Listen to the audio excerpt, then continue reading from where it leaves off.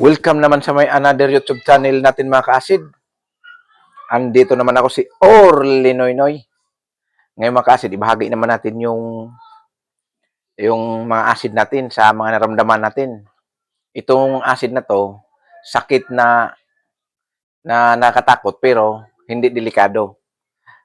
Ito yung asid na kailangan lang natin na i-handle na ma-handle natin at makontrol ang sarili natin. Kasi ang asid kasi balik-balik lang yung atake. Bali nga mga ka-asid, may nag-request kasi sa akin na i-ano ko daw yung paulit-ulit na na pumapasok ko sa CR. Ito nangyari mga ka-asid. Pag ako kasi, pag gising ko kasi sa umaga, bali, mataas kasi yung acid ko dati. Na, ano na ako niyan, nahihilo na ako niyan, mga ka-asid. Umaga pa lang, nahihilo na, tapos yung katawan ko parang binugbog na parang di mo maintindihan na parang pagod. Ginawa ko sa umaga, pagising ko, uminom ako ng 2 baso ng mainit na tubig. Mong mainit talaga mga ka-asid. Minsan, 3 pa nga eh. Tapos yun, pagkatapos nun, relax-relax muna konti, tapos sabay, mahilig kasi ako, nagja-jogging kasi ako dati, kaya lumalabas ako, pagbalik ko, yun na yun. Sobrang lakas ang acid ko dati kasi nga, ang tumama sa akin, yung nahihilo ako, tapos yung ulo ko, masakit. Tapos, yun, mga ilang linggo, ano lang, yung sobrang payat mo, yun ang mga kasid, tapos, mabilis kang magulat, mabilis kang matakot, minsan, umaga pa lang, yung tiyan natin, parang hinuhukay na, parang walang laman yung tiyan, minsan, pag kumakain ka, minsan, na-bloated ka, minsan, minsan, minsan, minsan, di mo maintindihan yung tiyan mo, daming gumagalaw, tapos, minsan, utot ng utot, yun yung talaga makasid. Kaya pagdating ko sa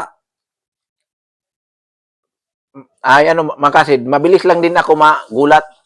Tapos matakot ka kung may mga maririnig ka na mga pag-usapan na hindi maganda, parte sa mga katong mga sakit, may na matay, may na ganyan.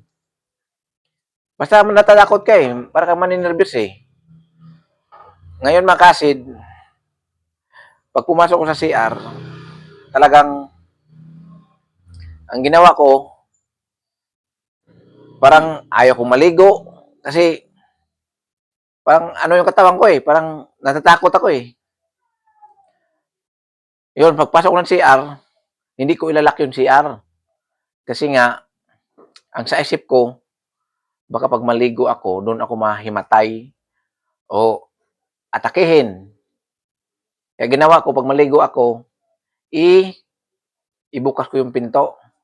Bukas ko yung pinto konti para pag sa oras man na sa isip ko kasi takot na may mangyari sa akin doon, na maano nila ako,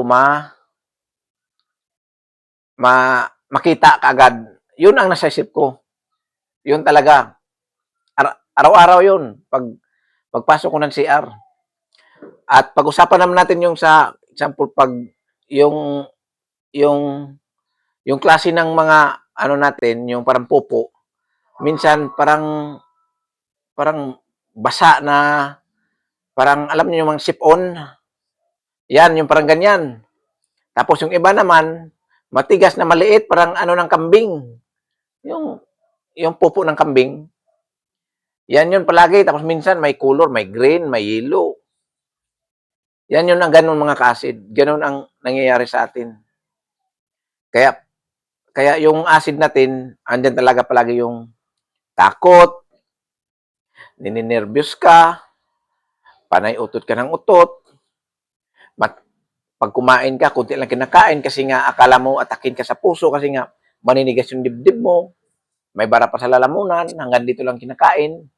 Tapos ano, parang nakatulala ka palagi na para kang titig ka sa isang bagay, pero hindi ka nakatingin doon sa isang bagay, kundi iba ang nasa isip mo, pero nakatitig ka doon sa isang bagay.